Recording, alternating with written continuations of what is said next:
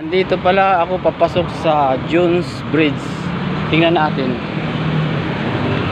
Tingnan natin kung dito nga ba talaga ang park na bagong pasyalan. Wala yata daan dito. Baka naligaw ako. Dito ba yung daanan?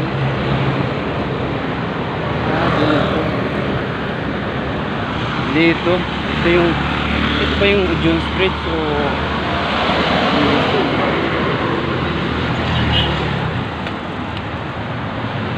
hindi yatang Jones Bridge.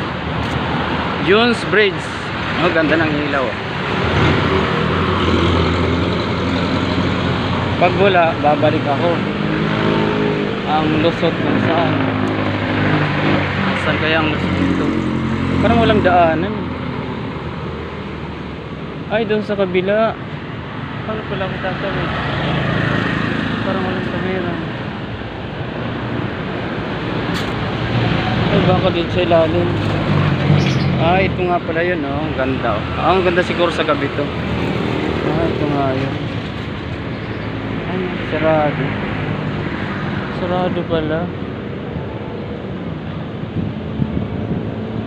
Tapos tingnan ko to. Ay, ang ganda sana, oh. Sarado pala sa, ano. Oh, parang ginagawa. Ito nga pala yun. Tingnan ko lang.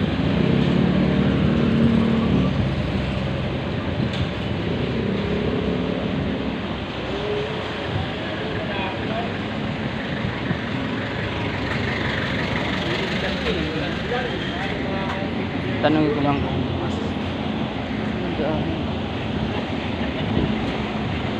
mas bukas ba yung pasyalan? Kala ko sarado. Ito, andito na ako. Nilakad ko lang. Ay, ito, ang ganda ng daan, no? Pasyal-pasyal, pag may time. Ang ganda, oh.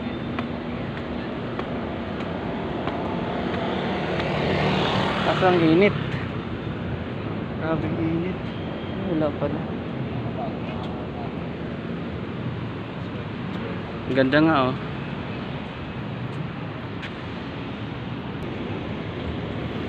Ang ganda nga ng view pero ang init. Ayan, nakarating din sa wakas. Ah, sobrang init. Ayan, oh, parang nasa ibang bansa pa. Pero pa kaya sa kabila. Andito lang pala to sa likod ng post office. Ayan, oh, post office na nasunog. Nakarating din sa wakas. Ay, itong babae ito siguro ang sakayan ng ferry. Ayan, init nga lang.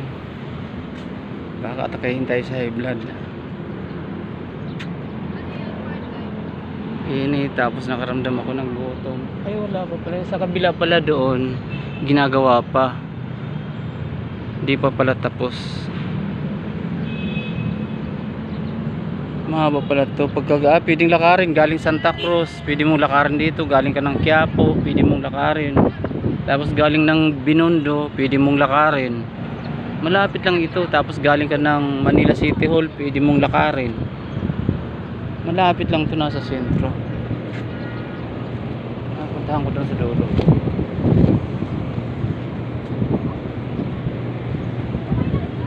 Ganda nga lang ilaw, oh. Maganda dito sa gabi.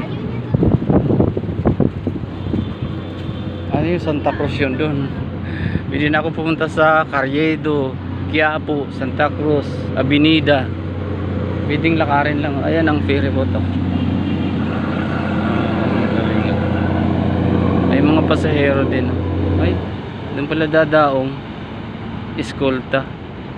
Ang galing, ah.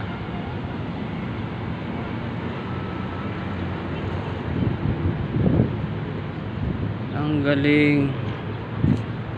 Oh, may silungan pa, oh. Siguro mamayang hapon to, maraming tao dito. Ayan, yung papuntang Santa Cruz, Carriedo, Avenida, Quiapo, doon yun ang tulay.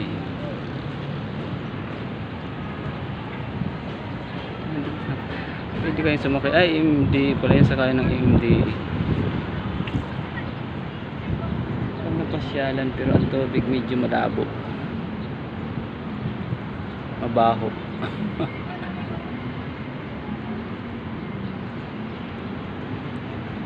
Ay, sa dulo punta akong ikutin ko sa dulo. Tapos, ay, ayan o.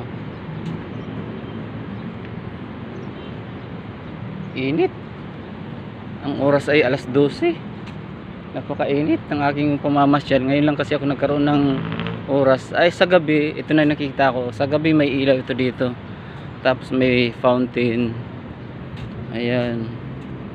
Napakainit. Andito lang to sa likod ng main ng post office. Ayan o.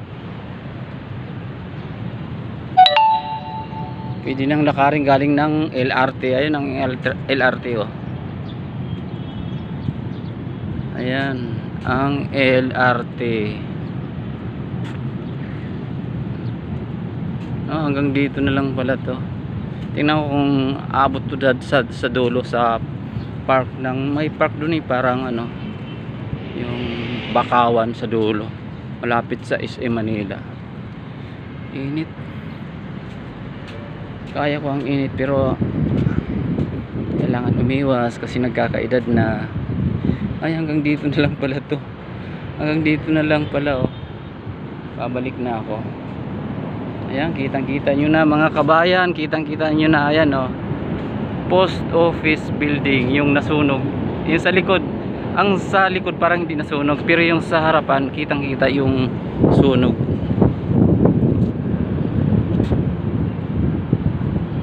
Mga bata ang sasayaw. Ganito lang pala siya.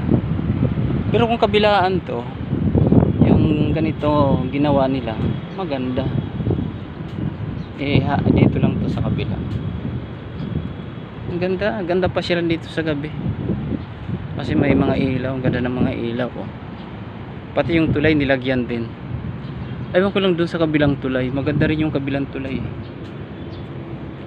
Init. Init sa aking pamamasyal ng gabi. Maiksi lang pala to. Kala ko na mabanda doon, maiksi lang pala. Init. Hanggang dito lang to, tatapusin ko ng video to. Napakainit. Mamaya punta ako sa Dolomite. Init.